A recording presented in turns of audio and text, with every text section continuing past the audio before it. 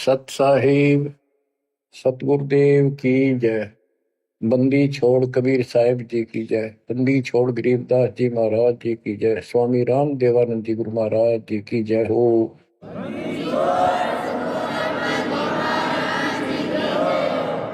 सर्व संतों की जय, सर्व भक्तों की जय, धर्मी पुरुषों की जय। श्री काशी धाम की जय, श्री सुडानी धाम की जय, श्री क्रोथा धाम की जय, श्री बरवाड़ा धाम की जय। सत साहिब बच्चों, परमपिता परमात्मा कबीर जी की असीम रजा से आप परमात्मा की महिमा सुन रहे हो, अमर कथा सुन रहे हो, सत्यनारायण कथा सुन रहे हो। परमात्मा कौन है, कहाँ प्रमाण है, उसका क्या नाम है, परमात्मा की हमको आवश्यकता क्यों है, यह सब जानकारी मूल ज्ञान के अंदर विद्यमान है जो आपको सुनाया जा रहा है। ये सूक्ष्म वेद कहते हैं। ये सूक्ष्म वेद आपको सुनाया जा रहा है। हम हिंदू धर्म में जन्मे तो हिंदू धर्म के मूल शास्त्र हैं वेद और गीता, प्लस में इनके सपोर्ट में श्री 18 पुराण है। तो यहां पर हमने सबसे पहले ये समझना होगा कि वेद और गीता क्या है, पुराण क्या है। वेद गॉड गिवन ज्ञान है, गीता के अंदर भी वही ज्ञान चारों वेदों का सारांश है। इति सिद्धम के ये भी गॉड गिवन है। और पुराण क्या है, जैसा भी ब्रह्मा जी को चारों वेद मिले, क्योंकि परमेश्वर कबीर जी ने, सतपुरुष जी ने सूक्ष्म वेद भेजा था ज्योति निरंजन के अंतःकरण में, इसके कंप्यूटर में ईमेल कर दी थी। इसने उसमें से सतपुरुष की जानकारी कति निकाल दी, कहीं कहीं हिंट छोड़ दिए, वो हटाए नहीं जा सकते थे। वो इसलिए छोड़ दिया कि ये भी गुप्त रहता है, इसने कसम खा रखी है मैं कभी किसी के समक्ष अपने यथार्थ रूप में नहीं आऊंगा। बच्चों, ये कथाएं दास आपको 1994 से सुनाने लगा था।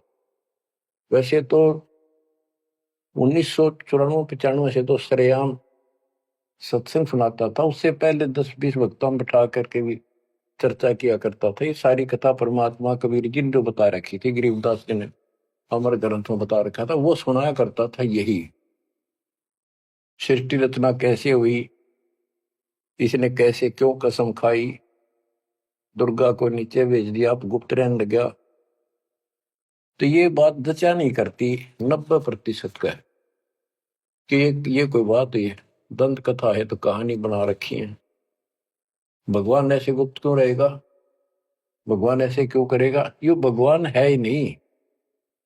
भगवान तो श्रेयाम आते रहे और आते हैं, ये भगवान ही नहीं है, ये परमात्मा ही नहीं है।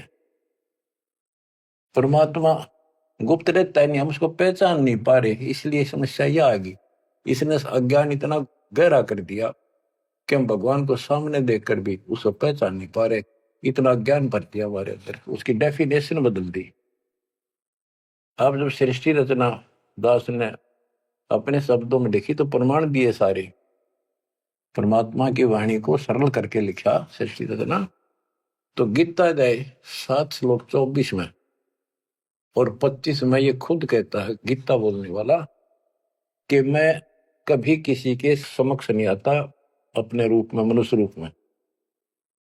मुझे ये श्री कृष्ण रूप में, व्यक्ति रूप में मान रहे, मैं कृष्ण नहीं हूं। मेरा ये अटल संविधान है, अनुत्तम सिद्धांत है कि मैं कभी किसी के समक्ष प्रत्यक्ष प्रकट नहीं होता, अपनी योग माया से छुपा रहता हूं। जब ये प्रमाण उन भक्तों को दिखाए जो कभी हाँ भरे थे, कभी डांटे थे, ये कैसे हो सकता है, उनकी आंखें फटी की फटी रहेगी। तेरा गजब हो गयो। 600 साल पहले लिखी वाणी, बोली वाणी आज सारी सत्य होगी। तो बात यहां उलझ गई थी। तो सबसे पहले आपने ये पहचान करनी होगी कि वेद क्या है और पुराण क्या है।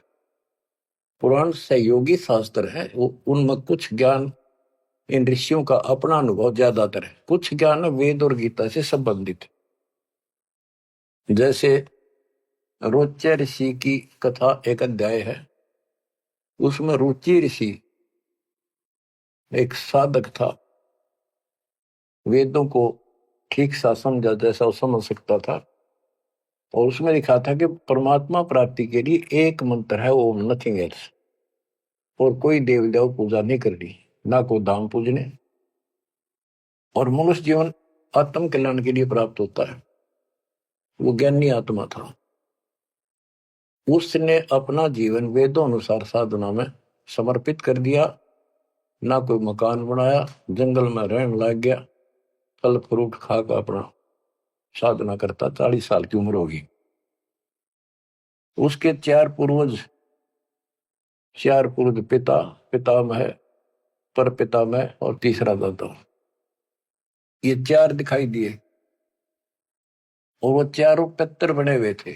गीता अध्याय 9 श्लोक 25 में स्पष्ट किया है, भूत पूजेंगे भूतों को प्राप्त होंगे, पितर पूजेंगे पितरों को प्राप्त होंगे, देवता पूजेंगे देवताओं को प्राप्त होंगे, मेरी भक्ति करेगा मुझे प्राप्त होगा। तो उन्होंने पितर पूजे थे, कर्मकांड किए थे, भूत पूजे थे, तो ये चारों भूत बन गए प्रेत। रुचि ऋषि के पूर्वज चारों ऋषि थे, ब्राह्मण थे, वेद पढ़ते थे और साधना वेद के विरुद्ध करते थे।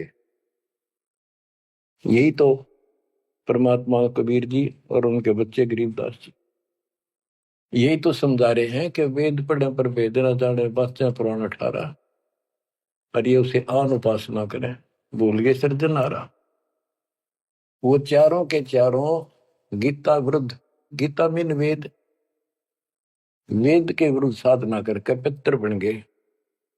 वो चारों पितर प्रेत दिखाई दिए। उन्होंने कहा कि हे बेटा ऋषि, हे बेटा रुचि, आपने विवाह क्यों नहीं कराया? हम चारों दुख पा रहे हैं, हम भूखे हैं, प्यासे हैं, कष्ट उठा रहे हैं, हम पितर बने हुए हैं, विवाह कराओ, हमारे पिंड भराओ, श्राद्ध निकालो, हमारी कर्म कांड करो ताकि हमें कुछ राहत मिले। रुचि ऋषि वेद के जानने वाले थे। उन्होंने कहा, हे पितामहो, वेद में तो कहा है कि ये कर्म कांड, पितर पूजा, आन उपासना, देव पूजा, ये मूर्खों की साधना है, अविद्या है, आप मुझे क्यों इसमें लगा रहे? वो चारों ऋषि कहते हैं ब्राह्मण के बेटा बिल्कुल सही है, वेद में कर्म कांड को अविद्या ही लिखा है, और बच्चे तू जिस मार्ग पर लगा है ये मोक्ष मार्ग है, और देखो हम दुख पा रहे हैं, हमारा कर्म कांड कर, हमारा छुटकारा करा। फिर बताते हैं पितर ये दे देंगे, पितर ये दे देते, पितर खाक दे देते, आप भूखे मरे।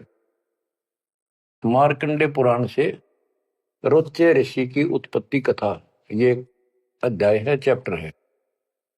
तो उन पितर, आप तो नरक में पड़े ही थे, वो शास्त्र अनुसार शास्त्रों में वर्णित साधना कर रहा था, रुचि ऋषि को और फंसा लिया अपने जाल में। अब ये मोह भी एक काल का जाल है। मन में आई ते पिताजी दुख पारे, दादाजी दुख पारे, परदादा, तीसरा दादा।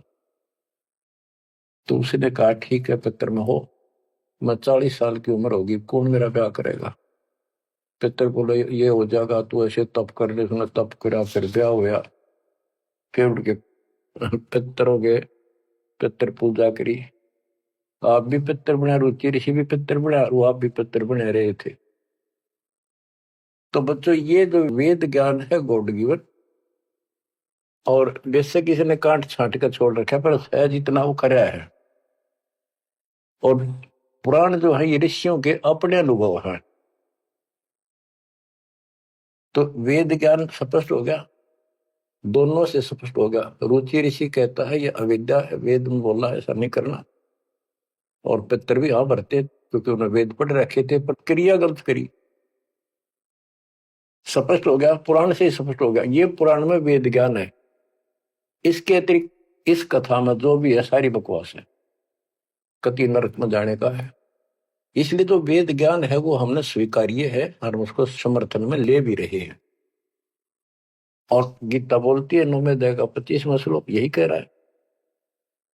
लेकिन यहां तो गीता बोलने वाला कहता है कि मेरी भक्ति करता है तो मुझे प्राप्त होता है। 8वें अध्याय के 8, 9, 10 में कहता है कि 8वें अध्याय के जो 3 में बता परमेश्वर ब्रह्म, उसकी जो भक्ति करता है उसको प्राप्त होता है। इस प्रकार हमने इस अध्यात्म ज्ञान को निर्णायक तरीके से समझना है। अब ये साधना इन्होंने ठीक की नहीं, साधना ठीक ना करने से यह दुर्गति कराएगी। एक नहीं, तकरीबन ये सबका यही दशा है। परमात्मा ने कहा था मूल ज्ञान अभी बताना नहीं है, 33 अरब ज्ञान हम व्याख्या, मूल ज्ञान हम गुप्त ही रख्या। यानी 33 अरब हमने ज्ञान बोल दिया, वाणी बोल दी, इस मूल ज्ञान को अभी तक छुपा के रखा था। और बच्चों ही वे कति रोशनी कर दी परमात्मा ने। अब प्रसंग चल रहा है कि परमात्मा की पहचान नहीं हुई, और पहचान ना होने से हम सामने भगवान को देखकर भी स्वीकार नहीं कर पाए। अब ये अमर कथा चल रही है, ये सुनाता हूं संत गरीबदास जी के अमर ग्रंथ से, तथा कबीर सागर का सहयोग साथ में लिया जाएगा। सतयुग में सत सुकृत के टेरा, त्रेता नाम मुनींद्र मेरा, द्वापर में करुणा में कहाया, कलयुग नाम कबीर धराया। गरीब अनंत कोट ब्रह्मंड में बंदी छोड़ कहाए, सो तो एक कबीर है जननी जने नमाए।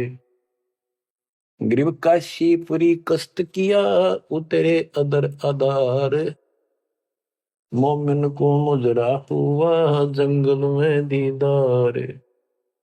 बच्चों आपको बताया था कि द्वापर युग के अंदर सुदर्शन नाम के एक परमात्मा कबीर जी के परम भगत थे। उस समय परमेश्वर करुणा में नाम से प्रकट थे और वाल्मीकि जाति थी। सुदर्शन भी वाल्मीकि जाति से थे।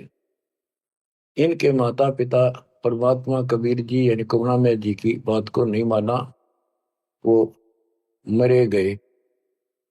भगत चिंतित हुआ, बहुत चिंतित हो गया।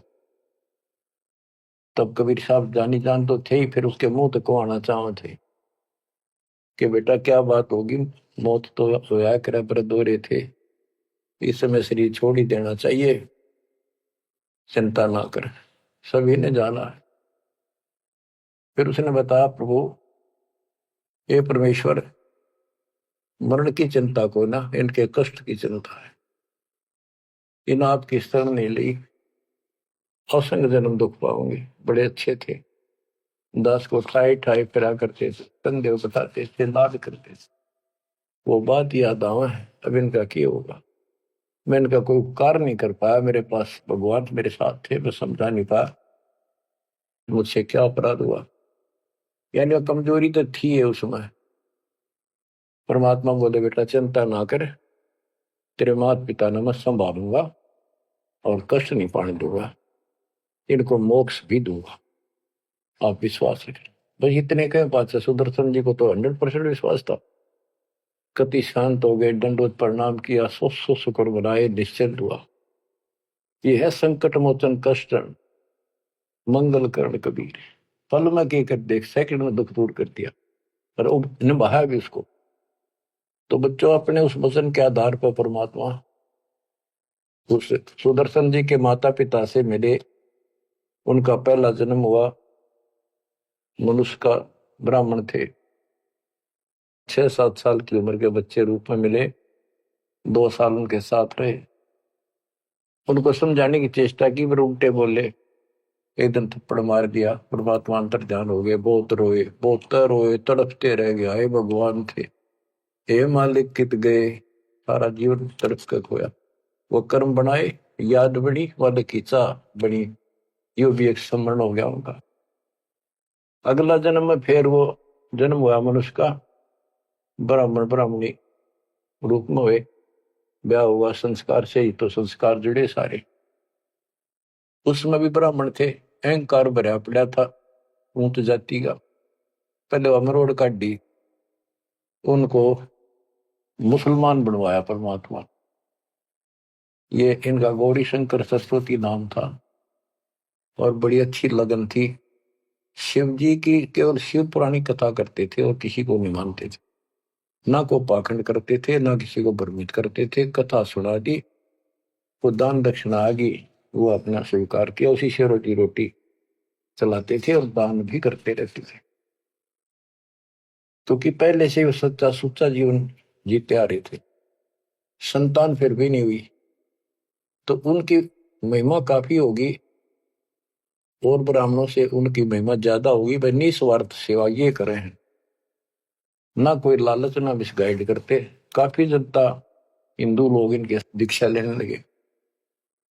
मुसलमानों को टेंशन यह होगी कि ये हिंदू धर्म का ज्यादा प्रचार कर रहा है, और जो कर्मकांडी पंडित थे उनको ये टेंशन होगी कि इसने हमारी रोजी रोटी बंद कर दी। वो उससे ईर्षा रखते थे और औरों को मिसगाइड करते थे, झूठ बोले क्या करेगा, ना कोई क्रिया बताता, ना कोई धर्म कर्म बताता, कथा सुना देता, इससे क्या होने का है। मुसलमानों को पता था कि सारा ब्राह्मण समाज इनसे दूर है, इनका कोई साथी नहीं, और ये हिंदू धर्म का प्रचार ज्यादा कर रहा है। उसको एक दिन जाके 10 माता ने जबरदस्ती अपना पानी पिला दिया, उसके सारे मकान में छिड़क दिया। लोग पूछना, भाई कैसे आ रहे हो, क्या हो गया? भाई ने मुसलमान धर्म स्वीकार कर लिया। वह बात आगे की तरफ फैल गई सारी काशी में, ब्राह्मणों में।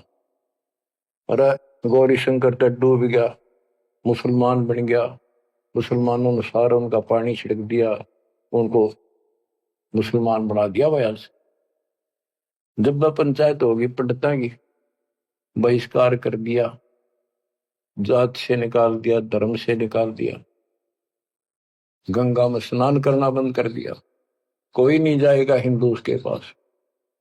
अब रोजी रोटी की समस्या आ गई।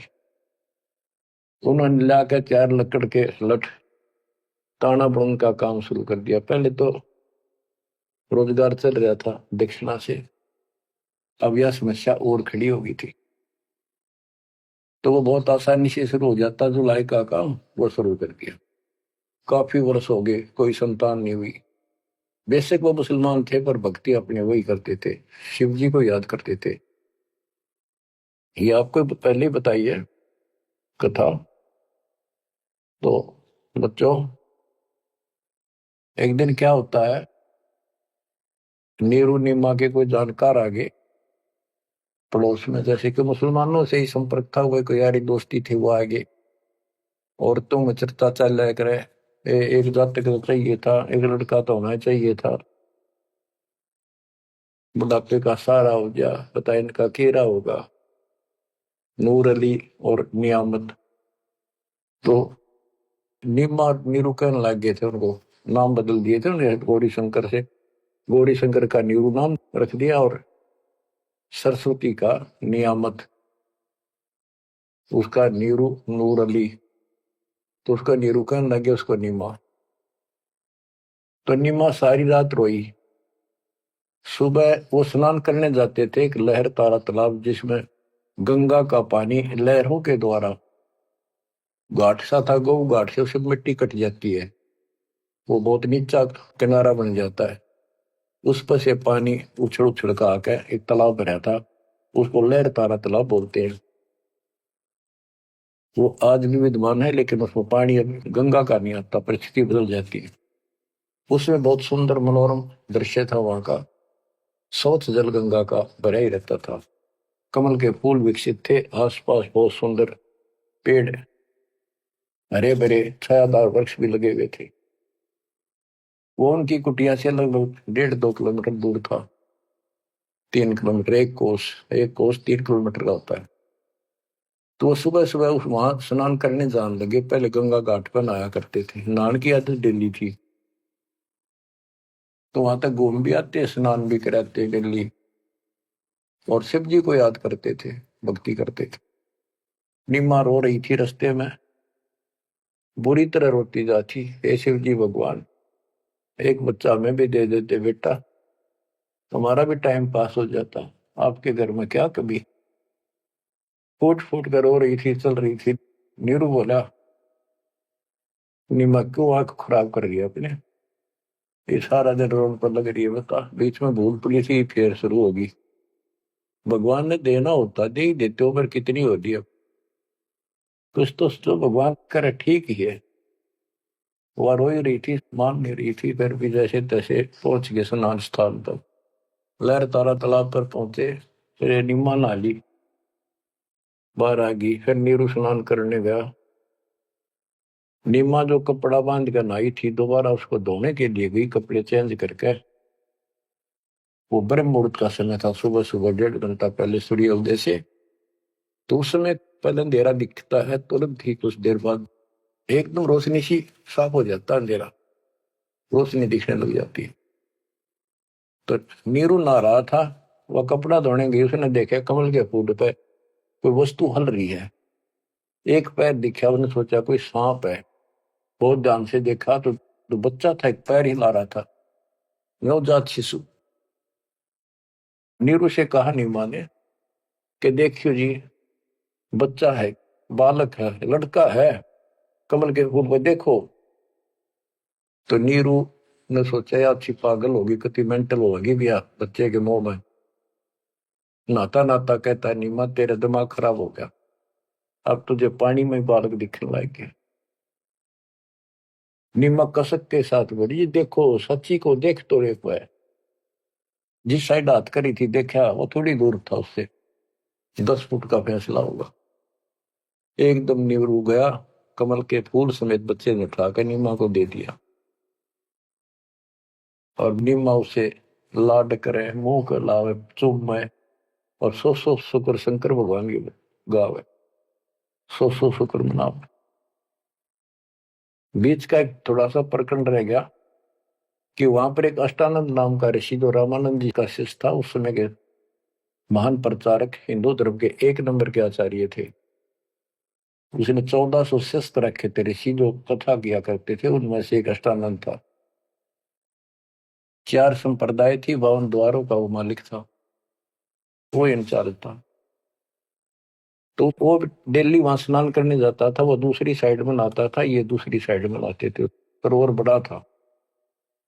तो वो भी वहां स्नान करके उस प्राकृतिक सौंदर्य और भगवान के एकांत स्थान मान के भगवान की भक्ति करता था, शांति स्थान था। दिल्ली जाता था, ध्यान लगाता था, कुछ समय भगवान की वहां भक्ति करता था, जैसे गुरु जी ने बता रखी थी। अष्टानंद जी जो ही साधना करने की चेष्टा, ध्यान में मगन होना चाहते थे, इतने में आकाश से एक प्रकाश का गोला आया। प्रकाश का गोला आया तो उसका ध्यान गया ऊपर को, उसको देखते उसकी आंखें बंद होगी, इतना तेज नूर था। जब आंखें बंद हुई तो उसमें देखा कि एक बालक का रूप दिखा, बगैर प्रकाश का। जैसे हम सूर्य की ओर देखते हैं तो देख नहीं सकते, फिर आंखें बंद करते हैं तो अंदर प्रकाश रहित आकार दिखाई देता, सूर्य का गोलाकार। तो अष्टानंद को बड़ा आश्चर्य हुआ कि बालक प्रकाश दिखा, फिर बालक दिखा। फिर जब आंखें ठीक सी हुई, देखा तो प्रकाश एक कोने में जाके सिमट गया दूसरी साइड, जिस साइड में नीरू नीमा स्नान करने जाया करते थे। उससे पहले जब प्रकाश लहर तारा तालाब पर उतरा, सारा सरोवर जगमगा गया, इतनी रोशनी होगी। लोकति पत्ता पत्ता दिखा कमल के फूलों का। और जब उसमें सिमट गया, वो दूर था, उसने जो नहीं देखा क्या हो गया, कित गया। उसने अपने गुरुजी के पास उठ के आ गया, साधना नहीं करी, रामानंद जी के पास आए, उनसे पूछा, हे गुरुदेव, आज मुझे ऐसा अद्भुत दृश्य दिखाई दिया, ये मेरी भक्ति की उपलब्धि है या कोई भ्रम है मेरा? ऐसे ऐसे का आकाश से प्रकाश का गोला आया, मेरी आंखें उसके नूर को सहन नहीं कर सकी, मेरी आंखें बंद हो गई। बंद होने के बाद देखो तो एक बच्चे का, बालक का रूप है, लड़के का। फिर कुछ नहीं दिखा, वो कोने में जाकर लहर तारा तालाब में समाप्त हो गया, अंतर ध्यान हो गया, नूर ही नहीं था।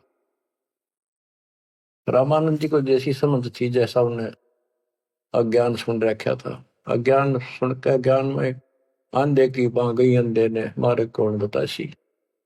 अब जैसे ये ज्ञान सुन रहे थे वैसे चेलों को बताया करते थे, और बता दिया कि बेटा ऊपर से जब अवतार गणाते हैं ना, भगवान अवतार लेता है, ऐसी लीला करता है, किसी माँ के यहाँ जन्म लेगा और फिर लीला करेगा जिस उद्देश्य को लेकर आते हो। ना कोई भ्रम है, ना ही तेरी भक्ति की उपलब्धि है, ये ऐसा होता है। तो इनको यही पता था कि रामकृष्ण अवतार आए, माँ का जन्म लेते हैं इनके भगवान।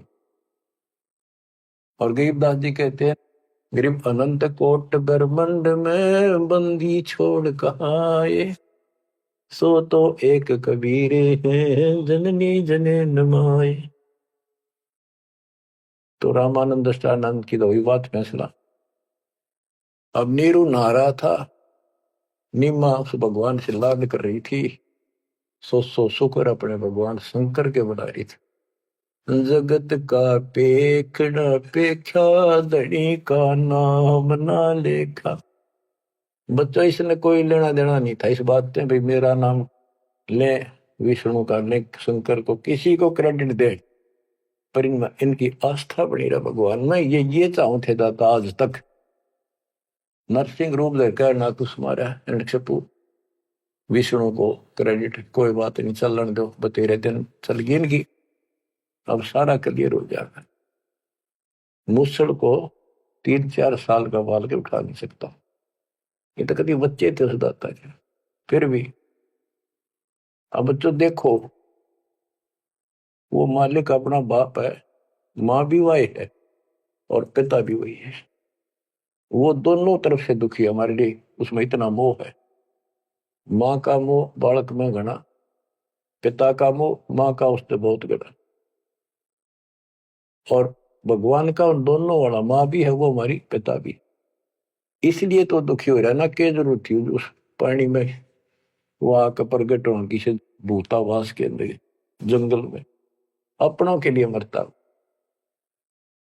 अब बच्चों परमात्मा ने अपनी महिमा नहीं बनानी थी, उसने तो आस्था रखनी थी भगवान में, इनकी आस्था बनी रही। बच्चों अब हमें ज्ञान हो गया कि वो भगवान है जिसको नीमा सीने का लगाए खड़ी थी, लाड कर रही थी, प्यार कर रही थी, उस समय उसके शरीर की स्थिति कैसी होगी। गीता अध्याय 18 श्लोक 62 में कहा है कि उस परमेश्वर की शरण में जा तू, उसकी कृपा से तो परम शांति को और सनातन परम धाम को प्राप्त होगा।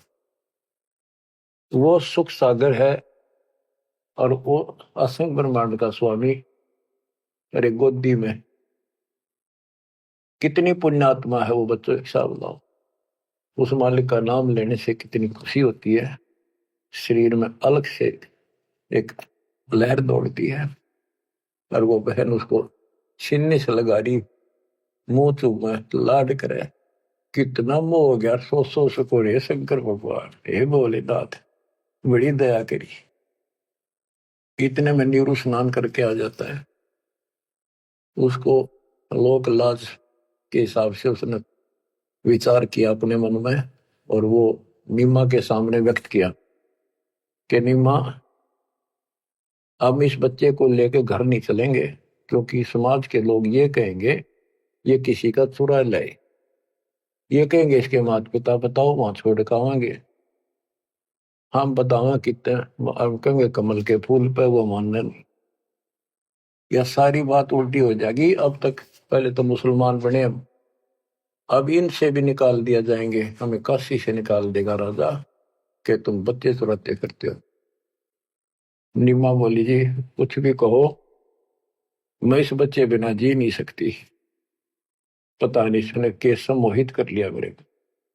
मैं प्राण छोड़ सकती हूँ, मैं देश निकाला ले लूंगी, देश काम छोड़ दूंगी पर बालक नहीं छोड़। निम्मा का अटल फैसला सुन के नीरू को जिंदगी में पहली बार दुख हुआ कि अकती जिद्दी होगी, मैं इसकी सारी मानता हूँ या एक भी नहीं मानती मेरी, और कितना दुख हो जाएगा कि तो जावांगे मेरे दोस्ता 60 साल की उम्र होगी, कहाँ टूक मांग कर खावांगे, क्या करेंगे, सोच आर ला इसने।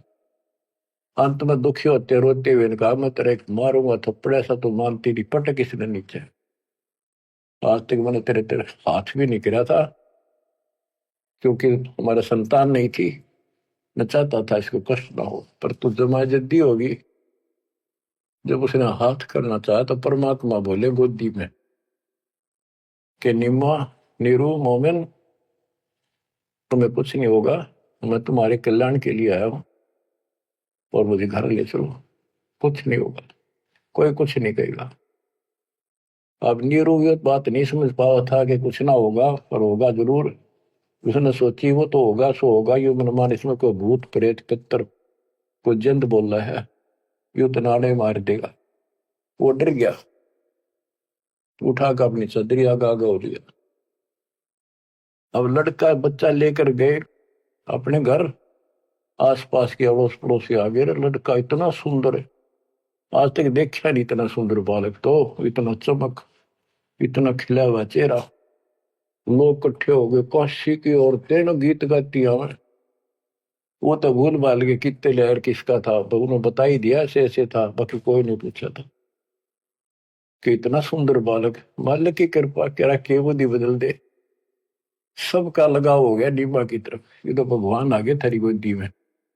ये तो कोई कह विष्णु जी, कोई कह शंकर भगवान आ गया, कोई कह वरुण देवता भगवान दिखाई दिए, इंद्र देवता, कोई धन का देवता कुबेर बतावे, अपने अपने गुण गावे, अपने अपने हिसाब से परमात्मा को उसकी महिमा बतावे, उसका मूल्यांकन कर रहे थे। और नीमा ने कहा इसका नजर लगाओगे मेरे बच्चे को, तुम ऐसे ना बोलो कि बालक ना देखे तुमने, पागल हो गए तुम सारे, आओ हट तोड़ के तो औरतें कहती है नीमा बालक तो देखे पर इसे ना देखे। बच्चों, उस परमात्मा के प्यार में जब बात बंद हो जाती है दास की, जिसको हम खोज रहे वो हमारे साथ रहते, हम इतने निर्भाग, इतने कर्महीन, उसको आज तक नहीं पहचान पाए। ये हमारा बाप है, ये हमारा भगवान, जिसके लिए हम भटक रहे हैं। मैं रोवे तो सृष्टि को, सृष्टि रोवे मोहे, गरीबदास इसी वियोग को समझ नहीं सकता को। बच्चों ईब समझ में होगा, ये अब समझेगा हमारे बीच का जो फैसला था, बीच में जो दीवार थी, अब कति टूट जाएगी, साफ हो जाता। बच्चों हम तो दुखी हैं ही अपने कर्म कारण, पर उसको और घना तंग कर रखा हमने। अब वो हमारा अपना उसको पता है कि यदि मैंने इनका साथ कति छोड़ दिया तो खा जाएगा काले, इसको सारी कदे नहीं छोड़ रहे, तो ये धीरे धीरे हमारे को किसी न किसी कारण बनाकर इस परिस्थिति में लाया आज। अब यू खोल दिए रास्ते सारे, अज्ञान हटा दिया पूर्ण रूप से, अब साफ दिखाई दे है Kabir is God, Kabir is God. करीब अनंत कोटि ब्रह्मंड का एक रति नहीं वार, सतगुरु पुरुष कबीर हैं ये कुल के सर्जनहार। गरीब सब पदवी के मूल हैं, सकल सिद्धि है तीर, दास गरीब सतपुरुष बजो, अविगत कला कबीर। तो वो कबीर कौन, वो भी समझ कर दिया, जो सारी सृष्टि का मालिक है और जिसके पास सब सिद्धियां, असंग सिद्धियां उसके पास है। गरीब अम सुल्तानी नानक तारे दादू को उपदेश दिया, जाति जुलाहा भेद न पाया, काशी महे कबीर हुआ। जाति जुला सारा स्पष्ट कर दिया, कति खोल के दर दिया। और आज बच्चों 300 साल पहले ये अमर वाणी बोली थी, आज ये स्पष्ट हो गया आपके सामने गीता और वेद पुराणों से। वेद मेरा भेद है मैं ना वेदन के माही, जौन वेद से मैं मिलूं वो वेद जानते नहीं। सूक्ष्म वेद के अंदर परमात्मा की महिमा लिखी है। ऋग यजु है श्याम अथर्व, ये चारों वेद चित भंगी रे, सूक्ष्म वेद बचे साहिब का, सोहन सा सतसंगी रे। आज इस सूक्ष्म वेद से हमें पता चला सत्य का। अब हम सत्य के साथी हो गए, सत्संगी हो गए, हम कबीर साहब के फॉलोअर बन गए। वो सच्चे परमात्मा परम अक्षर ब्रह्म के हम शरण आगे, वो शरण हमें प्राप्त होगी।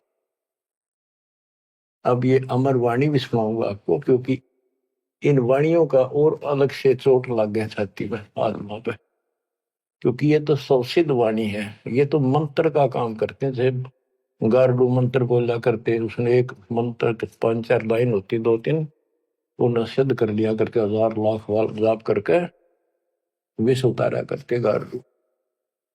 तो वो उस पर भी असर करता था जो अचेत हुआ होता था। सांप लड़ने से मूर्छित हो जाता था जो व्यक्ति जहर के कारण, तो वो मंत्र बोलते रहने से ना वो सुने था, ना समझा था, ना अर्थ का पता था। उसके बार बार उस मंत्र का उच्चारण करता था 10, 20, 50, 100 बार, उससे वो विष उतर जाता था और सचेत हो जाता था। तो बच्चों, हमारी आत्मा पर पाप कर्मों का और अज्ञान का ये विष काफी दिन से चढ़ा हुआ, हम कभी अचेत पड़े। हमने इस अज्ञान को इतना ग्रहण कर दिया कि हमने ये मान लिया जन्म मृत्यु और ये प्रोसीजर तो सारा गेम है, ये ऐसा ही प्रोसेस होगा इस जिंदगी का। और ये 4 ईंट लाके कि तमाता धोखे जाते, उसी को सब कुछ मान रखा। तो बच्चों, ये है वो अमर ज्ञान, सूक्ष्म वेद, सवसिद्ध वाणी है एक, जो गरीबदास जी के मुख से उतारी थे। ये गारुड़ के मंत्र की तरह असर करेंगे हमारी आत्मा। जैसे उस गारुड़ के मंत्र को कोई और पढ़ कर सुनावे, उससे असर ना हो, वो तो उसी के मुख से काम करेगा, क्योंकि उसमें वो सिद्धि हो रही है। तो संत गरीबदास जी के मुख से उच्चरित वाणी फिर उसका दास अधिकारी है, और दास के मुख से आप सुनोगे और आपकी आत्मा पर उतना असर करेगी। यानी इससे और अलग से कसक और ताकत आओगी आत्मा में, केवल वाणी के सुनने मात्र से। ज्ञान तो यू है ही, ज्ञान तो मौखिक सुनाई दिया, अब इसको पढ़कर सुनाऊंगा और अच्छी कसक बनेगी, आत्मा तड़फ उठेगी उस मालिक के। गरीब काशीपुरी कष्ट किया, उतरे अदर अदार, मोमिन को मुजरा हुआ जंगल में दीदार। ग्रीव कोटि किरण शशिभान सुधा, आसन अदर विमान, परसत पूर्ण ब्रह्म को शीतल पिंड हरु प्राण। होय होय। ये जंगल में काशी के अंदर सरोवर पर मोमिन नीरू को मुद्रा हुआ। ग्रीव काशीपुरी कष्ट किया, उतरे अदर अदार, मोमिन नीरू को मुजरा हुआ जंगल में दीदार। मोमिन मुसलमान को कहते हैं, नीरू को मुजरा हुआ परमात्मा के दर्शन में। कैसी सतीथि थी मालिक के उस बालक के, कितना तेज था, कितना नूर था। ग्रीव कोटि किरण शशिभान सुधा, आसन अधर विमान, परसत पूर्ण ब्रह्म को शीतल पेंडरु प्राण। कोटि किरण, करोड़ सूर्य, करोड़ चंद्रमा की मिली जुली जो किरण, पूरा प्रकाश नहीं, उनकी किरणों जितना प्रकाश था, ज्यादा नहीं। एक तो सूर्यों जितना प्रकाश हो नहीं, किरण, किरण का प्रकाश सिंपल, यानी तेज बहुत था। और परसत पूर्ण ब्रह्म को शीतल पिंड प्राण, उस पूर्ण ब्रह्म को जब नीमा ने सीने से लगाया, आत्मा ठंडी होगी, कति नो इतना प्रेम जाग गया। ग्रीव गोद लिया मुख चूम कर, हेम रूप जलकंत, जगर मगर काया करे, दम कह पद्म अनंत। ग्रीव गोद लिया मुख चूम कर, हिम रूप जलकंत, जैसे बर्फ जैसी सफेदी चेहरे पर थी, बर्फ जैसे हिम, स्नो वाइट यानी बर्फ जैसा सफेद चेहरा, और जगर मगर काया करे जगमग, जैसे दमक पद्मानंद। ग्रीव काशी उमटी गुल भया, मोमिन नीरू का घर घेर, कोई कह ब्रह्मा विष्णु है, कोई कह इंद्र कुबेर। ग्रीव कोई कह वरुण धर्मराय है, कोई कोई कहते ईश, 16 कला सुबान गति, कोई कहे जगदीश। ग्रीव भक्ति मुक्ति ले उतरे, मिटन तीनों ताप, मोमिन कह डेरा लिया, कहे कबीरा बाप। क्या कहते हैं? भक्ति और मुक्ति का सच्चा मार्ग लेकर मालिक प्रगट हुए, उतरे, ऊपर से चलकर आए गति करके, जैसे वेद प्रमाण करते कि परमात्मा ऊपर के लोक में रहता है, वहां से गति करके नीचे आता, अच्छी आत्माओं को मिलता है, उनको भक्ति की सच्ची राह बताता है। तो अपने उसी सिद्धांत अनुसार परमेश्वर नीचे प्रकट हुए। गरीब भक्ति मुक्ति ले उतरे, मिटन तीनों ताप, मोमिन के डेरा लिया, कहे कबीरा बाप। अब क्या बताते हैं संत गरीबदास जी के भक्ति मुक्ति ले उतरे, मिटन तीनों ताप, मोमिन के घर एक मुसलमान के आके डेरा लिया, और उस मोमिन नीरू को कबीर जी अब्बा जान यानी पिताजी कहते थे, बाप क्या करते। रद्द विचार करो उस मालिक को क्या पड़ी थी हमारे लिए।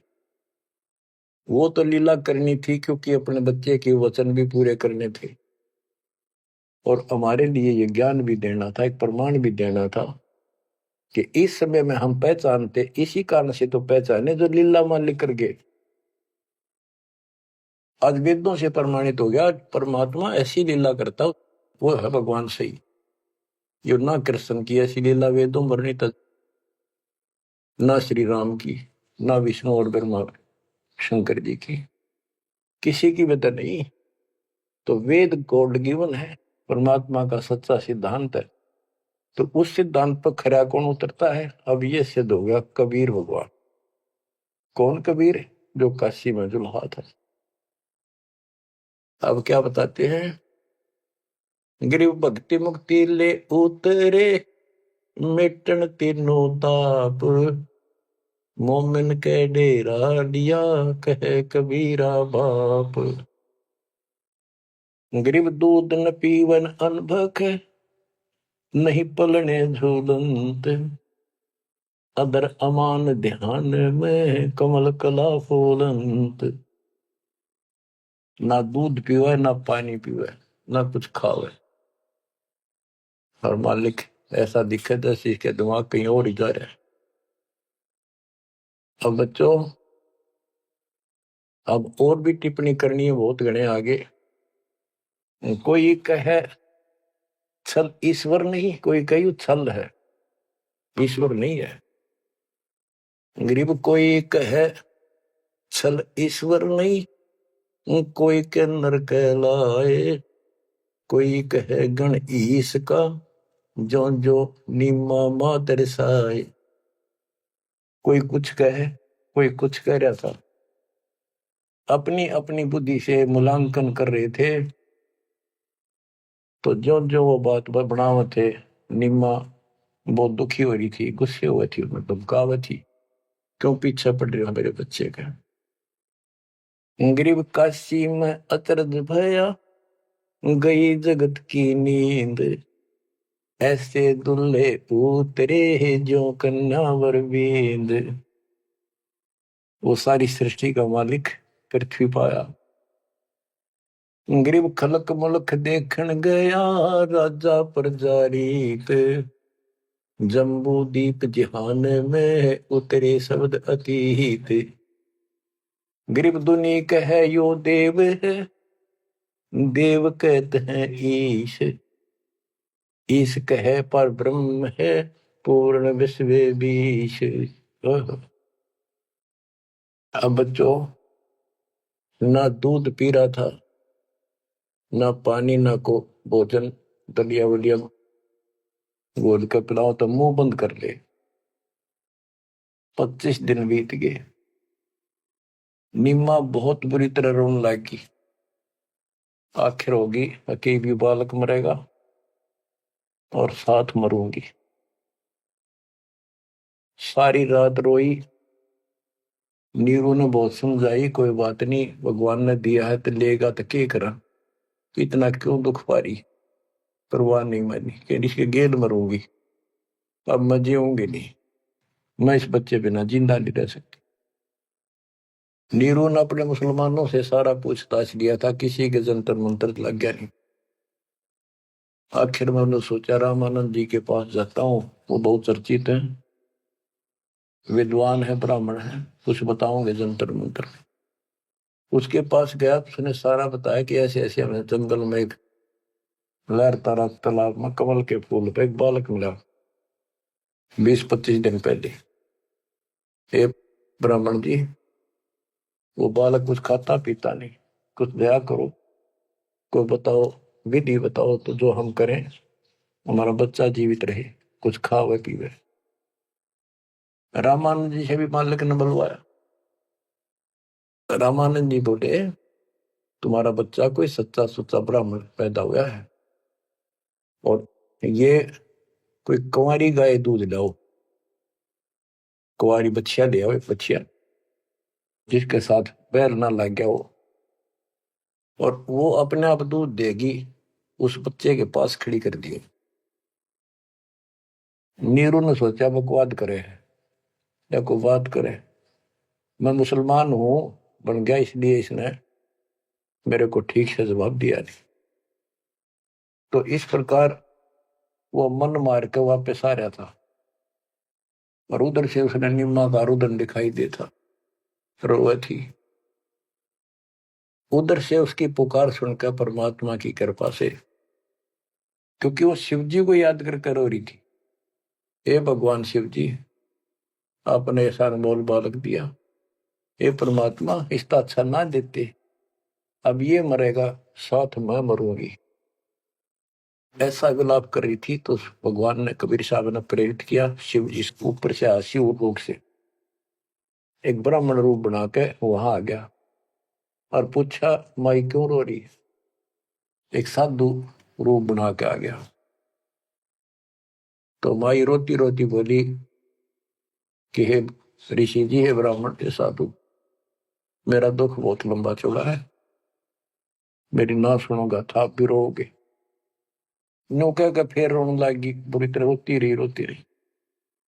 भगवान शिव जी बोले, माई ऐसे कहते हैं, अपना दुख दूसरे के साथ जाकर देना तो हल्का हो जाया करे, बता दो कुछ तो, मैं भी कुछ जानू हूं, बता दूंगा। तो उसने बताया कि ऐसे ऐसे में भगवान शिव जी ने हमारे को बच्चा दिया, कमल के फूल पर पाया, आज यू ना खाता पीता 25वां दिन हो गया और मरेगा। शिव जी बोले, माई मुझे ला, देखा तेरा बेटा कहाँ है। वो लाई उठा के साधु के चरणों में रखना चाह, वो परमात्मा वहां से उठे और साधु के सिर के बराबर हवा में लटक गए। हवा में ऐसे ऐसे लेटे लेटे जैसे बच्चा लेटा होता है, ऐसा कैसा। तो नीमा को अचरज हुआ कि सचमुच ये महात्मा गजब का है, इसने बच्चे पर जो चमत्कार करके हवा में उड़ा दिया।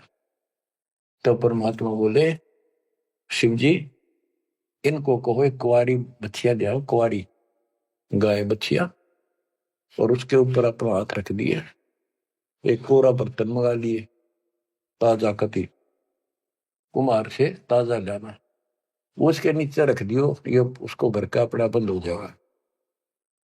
इतने में नीरू आ गया।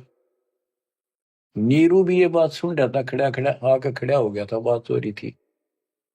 तो शंकर भगवान जी साधु रूप में कह रहा है नीमा को कि तेरा पति कहाँ है? अब जी अभी आ जाता है, बाहर गया है। नीरू आ गया, कहाँ जी बोलो कि एक कुंवारी गाय ला, तेरा बेटा वो कुंवारी गाय का दूध पिएगा।